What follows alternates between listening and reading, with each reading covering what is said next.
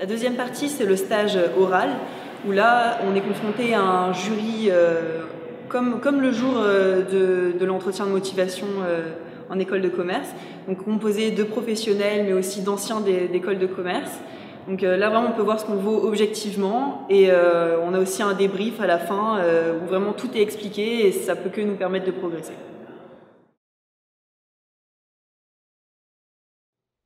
Alors pour choisir ma préparation aux écoles de commerce, moi j'ai analysé les différents sites internet des prépas aux écoles de commerce, et en fait ce que je voulais savoir c'était si globalement leurs résultats qui sont tous excellents, et ben s'ils sont vrais. Donc ce que j'ai fait, c'est que j'ai analysé tous les sites, et sur certains sites il y avait des copies anonymes, des anciens où il n'y avait que le prénom, et j'ai été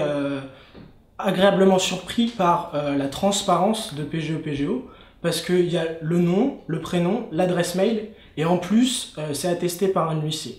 Donc moi, cette année, en tant qu'ancien élève de PGE-PGO, j'ai été contacté par des nouveaux élèves pour savoir si, d'une part, j'étais réel, et aussi pour savoir si le gage d'exigence et les résultats de PGE-PGO étaient vrais.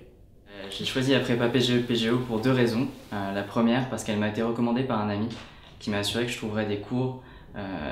et une prépa particulièrement exigeante avec moi, qui me donnerait les outils pour atteindre mes objectifs. La seconde raison est la garantie admis ou remboursée, avec des conditions très claires, qu'on peut les voir sur le site internet, qui pour moi était gage de qualité de la prépa.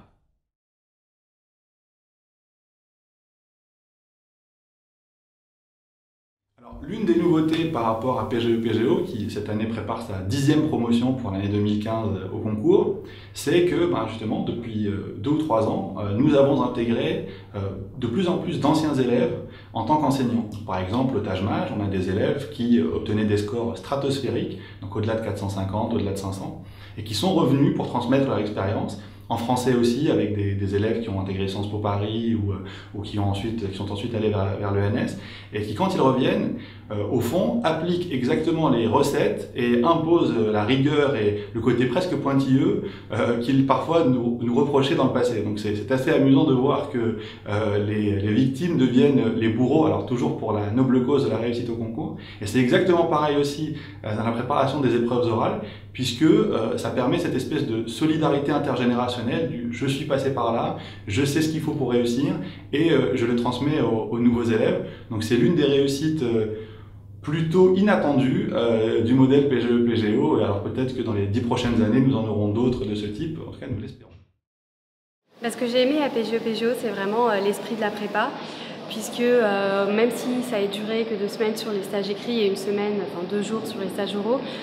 il n'empêche que j'ai lié des liens très forts. Et aujourd'hui, je suis diplômée de l'UM Lyon, consultante en management, et pourtant chaque année, je reviens lors des préparations aux oraux. J'ai pu avoir la chance d'animer l'atelier sur le projet professionnel et également faire les tutorats le soir. Et d'ailleurs, je suis vraiment ravie d'apprendre que cette année, 42 anciens étudiants de PGE-PGO vont rejoindre les rangs de l'UM. D'ailleurs, après avoir passé donc 1 an à répondre aux nouveaux étudiants de PGE-PGO, comme je suis quelqu'un d'assez rigoureux et qui aime ce souci de l'excellence, j'ai décidé pour ma première année de l'EDEC, donc mon stage de 2 mois, d'aller travailler chez PGE-PGO.